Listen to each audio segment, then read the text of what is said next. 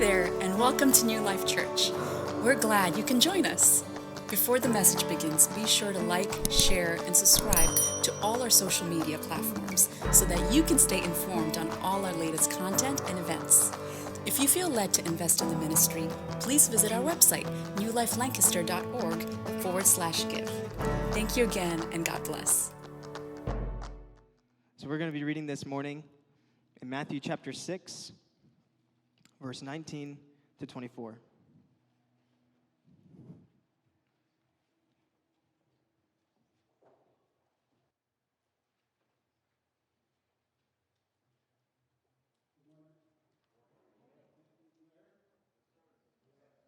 Amen. That's good. So I'll be reading from Matthew chapter 6, verses 19 through 24. And it's talking about the treasures in heaven. Jesus says, "Do not store up for yourselves treasures on earth where moth and rust destroy and where thieves break in and steal. But store up for yourselves treasures in heaven where moth and rust do not destroy and where thieves do not break in and steal. For where your treasure is, there your heart will be also." Verse 22, "The eye is the lamp of the body. If your eyes are good, your whole body will be full of light. But if your eyes is bad, or if your eyes are bad, your whole body will be full of darkness. If then the light within you is darkness, how great is that darkness?" Verse 24 says, "No one can serve two masters. Either he will hate the one and love the other, or he will be devoted to the one and despise the other. You cannot serve both God and money." Thank you. Thank you, Joe. Thank you. So it's hard to believe we're almost 2/3 of the way through our Sermon on the Mount series. We've been opening up this sermon that Jesus gave, and we've been following from chapter 5 all the way up until this point. We're in this last section in chapter 6, verses 19 through 34. And as I've been reading and as we've been sitting under Jesus' word, I don't know if you guys have been feeling this, but I've been feeling this sense of Jesus just calling us to go deeper. But when Jesus calls us to go deeper, the further we go, the less we can bring with us. And so often I've been finding myself challenged by the word to lay things aside. And as I've been looking back at the Sermon on the Mount, it seems like Jesus has been inviting us to abandon. He's been inviting us to drop the things that aren't good for us and to come closer because he's the only place we will find true life. And in Matthew chapter 5, Jesus has been inviting us to abandon this tendency to follow the letter of the law but deny its power to transform us. You know, the law says, don't murder. But are you harboring bitterness in your brother or sister? And if you follow that trend, you will end up at the place of murder. So don't just follow the letter. Let your life be transformed. And on again, he showed us what the transformed heart looks like. And then he invited us at the beginning of chapter 6 to abandon this desire for people to see us as spiritual people. Meanwhile, we don't actually know our Heavenly Father. You know, he says there's the hypocrites that do the show and the dance, and they get people to think that they're very spiritual people, but they're not actually pursuing their Heavenly Father. And so he invites us to abandon that and to actually meet with our Father in the secret place where we can find life.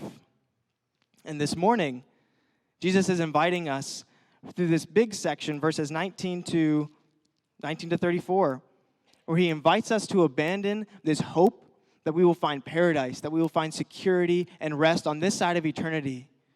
And he turns our eyes to our possessions. And he shows us how we tend to view our stuff and how it can easily change our hearts. It can kind of change this expectation and make us think that this is all that there is. This is where the good life will be. And so this morning and on Wednesday, we're going to look at these two attitudes that Jesus presents, the human heart towards stuff. And before you think when Jesus talks about treasures, he's just talking about the things that sparkle, that catch our attention. We came into the world with nothing. We came in here, this world, we came naked. We came with nothing to our name. So all the stuff that we have was at one point not ours. Right? So it has the potential when we have this way of when we get stuff, we start to think our status rises, we think our security increases, we feel good. And Jesus says, when you look at these things, be careful that they don't take your heart.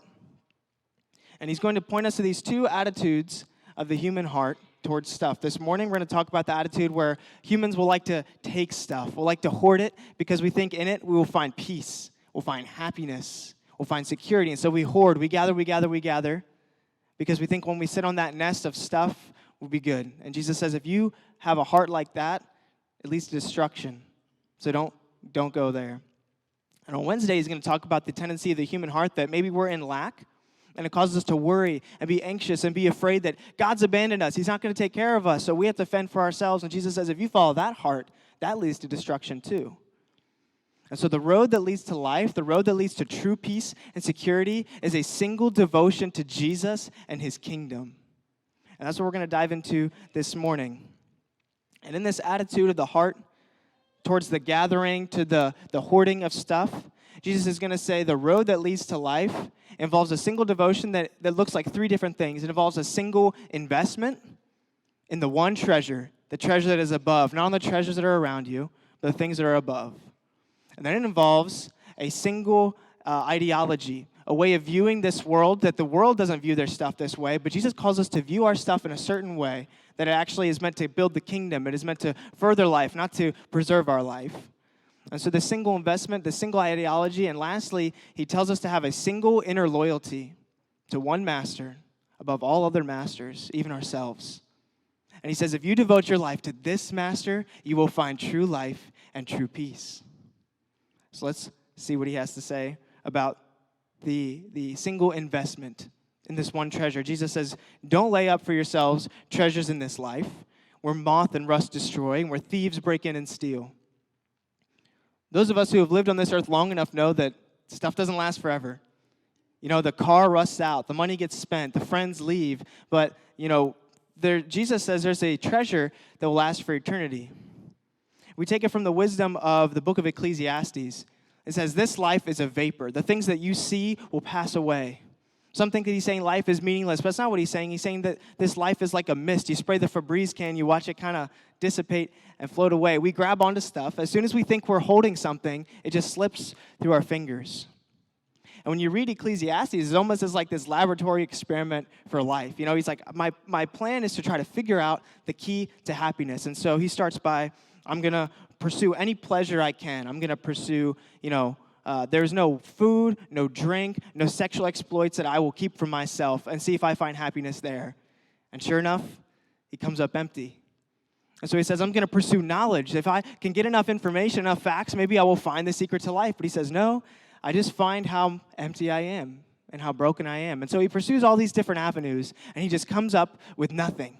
And Jesus says, I want to spare you of that trouble. This guy spent his whole life trying to find happiness on this earth and did not find it. So I will spare you of that trouble and just tell you, don't look at the stuff.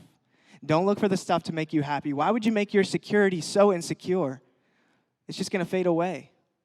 Rather, store up for yourself the heavenly treasure, the treasure that is imperishable, undefiled, unfading. It's kept in heaven for you who are in Christ. And if you follow him, it will be revealed to you one day. But don't look for the happiness here because there's greater joy in heaven. And he says, store up that treasure because that will last. But what treasure is he talking about? It almost sounds like this chase if he doesn't give us a place to land. But he tells us in chapter 6, he shows us this pursuit of worship, that it is a pursuit not to get stuff from people, not to build a good Christian reputation. He says, if you get in the secret place with your Father and how you give and how you pray and how you fast, your Father will reward you. And so these are the rewards that Jesus has us seeking after, is this pursuit of God and nothing else. And when we pursue him and we only want to be found in him, we will be satisfied. See, the hypocrites, they got their own reward, remember? They were seeking their own earthly treasure, which was the applause of men, right? They were given the stuff, they were doing the things, so people would be like, oh, wow, he's a very spiritual person. And Jesus says, oh, how fleeting that gift is. We might have the temptation to worship and on Sunday, so people see how spiritual we are, and people are like, oh, wow, she is a very devoted follower of Jesus. How awesome is she? But as soon as they stop applauding us, our worship dies. Don't let man steal your praise. Pursue your Father. Or maybe we have a tendency to serve so that we get a thank you, that we get this image of being devoted followers. But as soon as people stop thanking us, our servants' hearts are shattered. Don't let man steal your service. Don't let man steal your devotion. Live a life that is not dependent on others, that is dependent on your Father's pleasure. And he who sees in secret will reward you. Seek those rewards, because those cannot be taken. Those are the ones that last for eternity. And that's the secret, right? The secret to not being dependent on other people, but only dependent on your Father. Because Jesus says that where your treasure is, your heart will follow. And so if my treasure is here in this life, it could be easily snatched away or taken away from me. But if it is anchored at the right hand of God, if it is anchored in a kingdom that cannot be shaken, then my heart rests secure. Jesus isn't saying, some people think that Christianity is this killjoy religion, where it's like, if I suffer enough in this life, if I have a bummer of enough life now and I kill any opportunity to have some sort of sinful pleasure, then I will have joy in eternity. That's what they think Christianity is. But hear from Jesus. He wants us to be rewarded. He wants us to find treasure. He knows our hearts. He knows we don't just want to work for a subpar payment. He's like, I know you want to work for the best pay you can get. Well, hear what the best treasure is. It's my Father. It's his presence. He's the only one that can infinitely satisfy.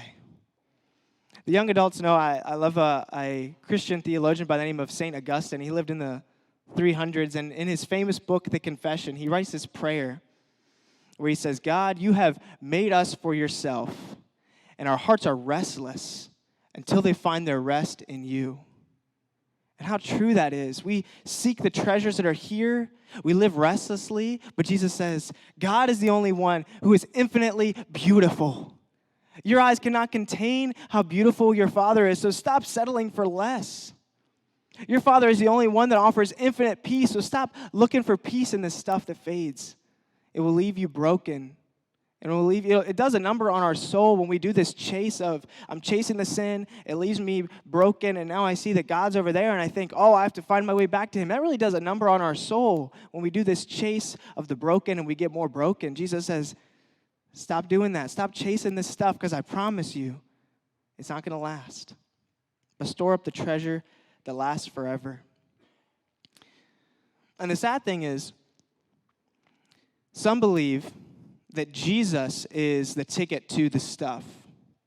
There have been many preachers in the day that have said that Jesus is the ticket to the money, to the health, to the stuff.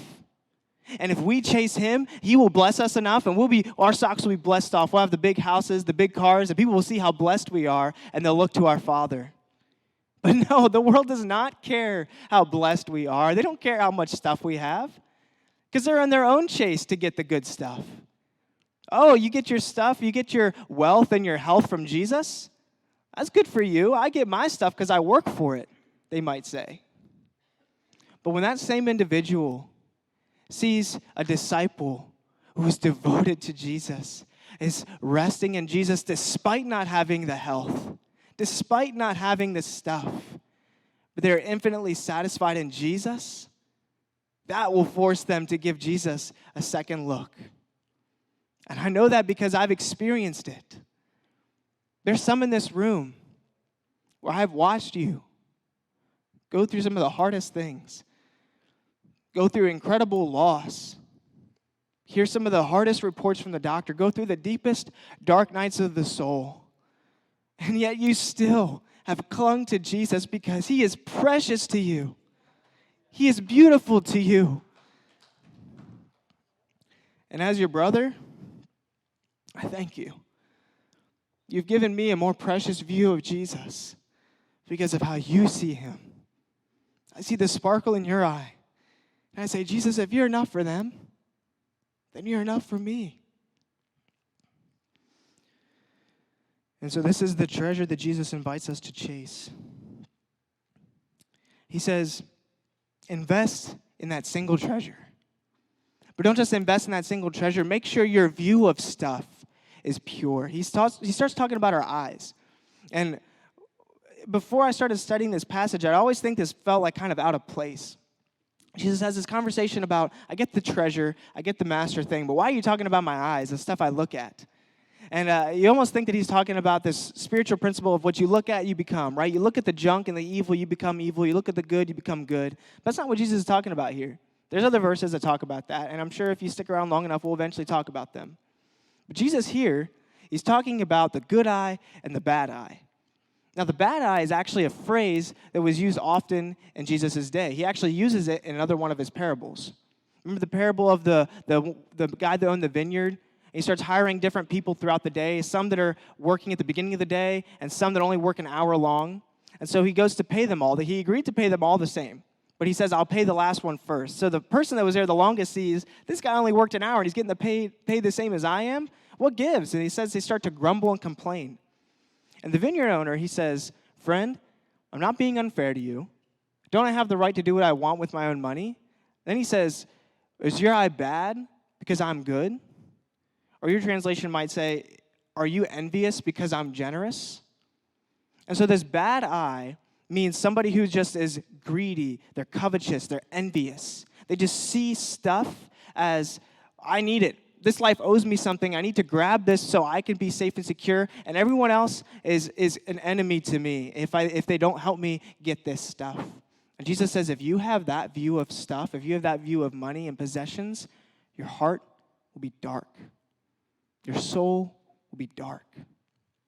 And he says it goes to the extent that if the thing that's in you is supposed to be light and has become dark because of your bad eye, oh, how great that darkness is.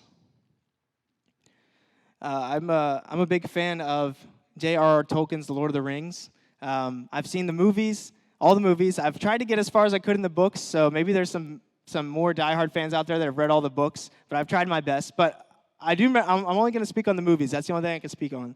It's the Hobbit movies. I watched it the other day, and there was a part in the movie that really caught my attention in a different way.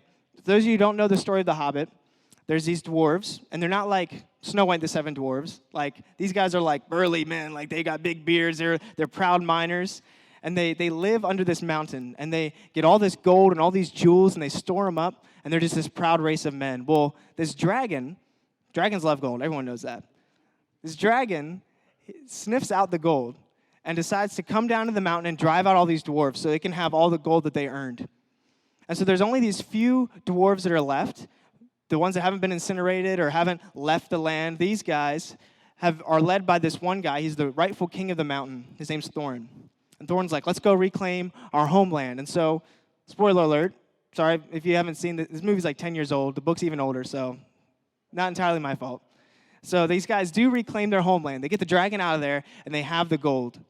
And there's a scene in the movie that really caught my attention where they're standing at the mouth of this cave, and they drove the dragon out, and now it's like destroying some other nearby village.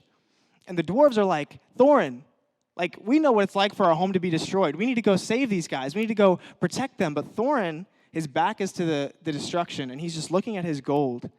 And he just says, why should I care? I have what I came for. This is what I need right here. And they come to find out that this dragon has been on this gold for so long that his greedy heart has polluted the gold, and now the gold has become sick. They call it the dragon sickness. If you take this gold that this dragon has been sitting on, you will become sick, and you will want nothing more than to just have this stuff. And we see it pollutes this good king's heart. He loses his compassion for his friends. He's like, hey, why should I care? He starts to become terrified that they're kind of trying to steal his gold from him, steal his stuff from him, so he becomes fearful and terrified. And then he eventually gets to a point where he turns his love off, where he's like, hey, if you really wanted what was good for me, you wouldn't be trying to take this from me. You really aren't my friend in the first place. And we see this slow decay of his heart. And Jesus says that if we view our gold, if we view our stuff as a means to that security, to that happiness, it will do a number on our heart. It will turn our hearts sick. He says, oh, how great the darkness is. Oh, how you must loathe when someone else is doing better than you. Oh, how much you must be in agony when they get the promotion, when they get the stuff that you should have rightfully earned. You might start even creating narratives in your heart as to how they got that stuff. You know, they must have done some evil, twisted, sick stuff to get that promotion because you deserved it and you're living right? So obviously they're doing sinful things to get that stuff. And oh, how great the darkness must be. But if you instead instead of looking at the stuff as it owes you something, as it's a way to make you happy, if you look at the stuff with a generous eye, with a good eye, your whole body will be full of light. If I stop viewing this stuff as a way to build my own kingdom, but as a way to build his kingdom, to invest in the treasure that lasts forever, if I use it as a means to bless other people, then my whole body will be full of light and life. See, our hearts have this way of kind of becoming like stagnant. You ever see like a stagnant stream where there's like that algae and that gross, all these gross critters are in there? You're like, how is that even possible, that thing's in there? But it just is stagnant. These things just show up. And when we try to sit on our stuff and we try to plant ourselves on the stuff, we become that stagnant stream. But if our eyes are good, our heart becomes a flowing stream where there's no root of bitterness that can take up. The enemy can't plant anything in our hearts because our heart isn't set on the stuff that's coming and going. We know that it's temporary. We know that it's not meant to last. It's meant for something greater. And so our hearts will be full of life. And then Jesus turns our attention to these two masters. He not only talks about the single investment or the single ideology, he says you need to have a single inner loyalty. You can't serve two masters. Either you love this one and you'll hate that one, or you'll love this guy and hate that one. And then he kind of like ends all the confusion and says, all right, I'm talking about God and money. You can't serve both. And to us, we might think, Jesus is talking about, servitude, slavery. I'm not comfortable with this. But we see Paul actually takes it a step further. In Romans chapter 6, he says, you are either a slave to God and to righteousness, or you're a slave to sin. And there is no in between. We all come to the realization at one point in our life that we are empty, that there's just something missing in our hearts. And we might not start out desperate. We might start out feeling like, I can kind of like try some different things to make me feel good, some maybe socially acceptable things. But if we follow that trail long enough and we don't find rest for our souls, we get to this point where we actually see the manifestation of how we become slaves to stuff. We put ourselves under it because in it holds the promise that if I give myself to you, if I give myself to that toxic relationship, if I give myself to being a workaholic, if I give myself to devoting my whole life to these things, then I'll find some sort of rest for my soul. And that's the visible example of the things that lie dormant in all of our hearts. You might not be living that extreme, but your heart is that extreme. And Jesus says you're either a slave to God or you're a slave to the stuff. And he doesn't say you shouldn't serve both. He says it's not possible to serve both because these are both demanding bosses. And I don't know if any of you guys have ever worked at a place where you've had two bosses, but it can get kind of confusing sometimes where you have one boss that is like, I want this, and another boss says, I want this, and now you're like, I don't know who's do I obey right now? Like who owns the payroll? Who do I follow right now? And Jesus says, you can't live like that. You can't serve two because they both want your complete devotion. But God is honest enough to say that you can't serve me and stuff. This stuff doesn't tell you that you have to serve it only, but you find it out. You go long enough in the stuff and you start realizing, I'm a customer to this world. I'm a consumer to this world. This world does not love me. This world wants to chew me up and spit me out, but all it wants is just my stuff. But God is honest enough to say, I want all of you because that world doesn't care about you. And I want to free you from that bondage to stuff. I want to free you from that destructive attitude because I'm the only master that cares for you. This world does not care for you. So we have to have a single devotion to our master because that's what he asks of us. And we might be thinking, well, giving everything, that must be something only for the mature people. Like, I know that's what the monks do and, like, the Amish do. Like, those guys are devoted. But, like, I'm a simple person. I can't live that type of a life. That must not be for every disciple. But we look at the 12, and we see what Jesus calls them. He calls them to leave it all. Leave the nets. Leave the stuff. And come and follow me. Is Jesus calling us to live a life of total poverty? No. Maybe not. I don't know what his personal calling is for you.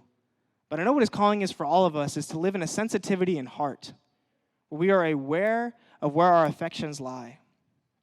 And we need to ask God, show me where my affections lie. A good test would be just to imagine for yourself that Jesus shows up some way that only you and him know, It could be a dream, it could be prayer, it could be whatever. Jesus just shows up in your life and tells you, all right, I want you, starting today, to just start walking throughout the country. No money, no bag, no nothing. Just start walking around, preaching the gospel, and telling people about me. This is hypothetical. I don't know if he would do that, but let's imagine he does. And he says, just do it. What is keeping you from doing that right now? What would make you say, this can't be Jesus? Is it the job? Is it the family? Is it the stuff? You name it. But we have to be sensitive enough to say, if Jesus was calling me to give up everything, what is holding me back right now? And that's the life of a disciple, is to say, Jesus, you might not be asking me to drop this, but I voluntarily offer it up to you. Whether I can keep it or not, that's up to you. But I need to be willing to say, you are my master. I'm not my master. This stuff is not my master. And so I open myself up to you. And we see a cautionary tale in the same gospel, the story of the rich young ruler, right? The rich young ruler, he comes to Jesus. And maybe we've had this attitude towards Jesus sometimes. He's like, good teacher, what must I do to inherit eternal life? And Jesus kind of already catches what he's doing. You know, he's like, why do you call me good? There's only one who's good. Because he knows this guy's going to start asking a question, what law do I have to follow to be good enough? What law do I have to do to be good enough for eternal life? And Jesus is like, I'm going to stop you right there. You can't be good enough. There's only one who is good. But he lets the man go on and keeps asking the questions. And eventually he gets to the point where Jesus is like, all right, it looks like you're really living a good, righteous life. I'll tell you what you should do. You should sell all of your stuff. Give it up and follow me. The same invitation he gave to the 12, he gives to this rich young guy. How incredible is that? But yet he turns it down. And he says he walks away sad because he had great wealth. See, in this rich young guy's mind, the stuff, the status, in his mind, he was losing more than he was gaining in following Jesus. But Jesus calls us to see his beauty, to see his glory, to see his infinite worth as being incalculable compared to the passing things in this life. And to say, Jesus, you want me to give this up? I thought you would have asked me to give up more because you are so much more worth. You're worth way more than these things. And he desires that single devotion from his followers. And after this rich young guy walks away, the disciples, they ask Jesus, they start talking to him, and they're like, well, who can inherit the kingdom of heaven? Because Jesus says it's easier for a camel to go through the eye of a needle than for a rich man to get to heaven. They're like, well, who could be saved? And Jesus says, with man, it is impossible. It takes a very special individual to get all this stuff and to not slowly see their heart being given over to it. He says, with man, it's impossible. But with God, all things are possible. And we know this to be true because this isn't the first rich guy Jesus has asked to follow him. The guy that wrote this gospel, Matthew, was sitting at his tax collector booth one day, and Jesus walks up to him, and he says, Matthew, follow me. The same invitation for both these individuals, and yet the one walked away sad. He did not trust the promises of Jesus, but something changed in Matthew. See, both these guys were having the same offer. Trust that there's greater security in me and my kingdom than there is in the stuff that is around you. Trust that I'm more secure. Trust that I'm safer. But for something happened in Matthew where he wasn't trying to be good enough. He wasn't trying to be dependent enough. He realized, I cannot give enough to be worthy of this. And so, Jesus, I'll leave it. I'll ditch it all, and I'll follow you. That faith that he had in Jesus' promise made short work of any obstacle that could have kept him from Jesus. And he left the booth, and he followed Jesus to the ends of the earth. And that same call goes out to us this morning. Are you going to trust there's greater security in Jesus' calling, in Jesus' kingdom, than in your stuff and in your things? Whatever those things may be, great or small. They have a way of working their way into our hearts. And so offer your heart up to Jesus this morning. And if the worship team could come back, I know I'm ending a little bit early, but I really feel like we need to have some time to open our hearts up. No, let's just not let this be a sermon. Let's let this be a time where Jesus is inviting us. Leave this stuff. And you might be asking, how can I trust that he's good enough? You know, Matthew had Jesus literally talking to him face to face. I don't have that this morning. But we have a history of Jesus' faithfulness here in this book, and we have to catch a vision of the glory of Jesus and seeing that he is precious enough. And he's the only master that loves us enough to not just demand that we give everything and become devoted to him. He was the only master that was willing to give of himself that we could find life. All of our stuff demands more. It's this endless pursuit of more. Work more, pay more, do more, and you'll find rest for your soul. But Jesus says, I've already given everything so that you could find rest in your soul. On the cross, I gave my life, my blood, because I love you. I'm the only master that cares about your soul. So come to him. Find rest for your soul. Stop pursuing more. Lay up that investment. Invest in the stuff that lasts. Have the view of stuff that it isn't your master. It will not satisfy you. And have the single devotion to your king, because he really is worth losing everything for. Some of you know what I'm talking about. I've seen it. For those of us who remain, maybe there's some in this room that you've never heard the call of Jesus to come and follow him. Maybe you've never known that Jesus loves you, that there is a God that loves you. Whether you're in this room or you're watching online, I invite you, trust in Jesus. He offers satisfaction for your soul. His treasures last forever. See, Jesus is not he's not saying that we need to live this life of poverty. He's asking for a complete and absolute unreserved trust and devotion in him. Wealth is just one of the most obvious examples of that. And for us in America, maybe it is a greater issue than it was back then, but I think for all of us, stuff just has a way of showing where our heart is. But the goal is a sensitivity to trust that Jesus is enough. Jesus tells us that ultimate rest will not come in this life, so stop looking for it here. He's freeing us from being let down by this expectation that this will be paradise. This world is broken, guys. It does not work the way it's supposed to.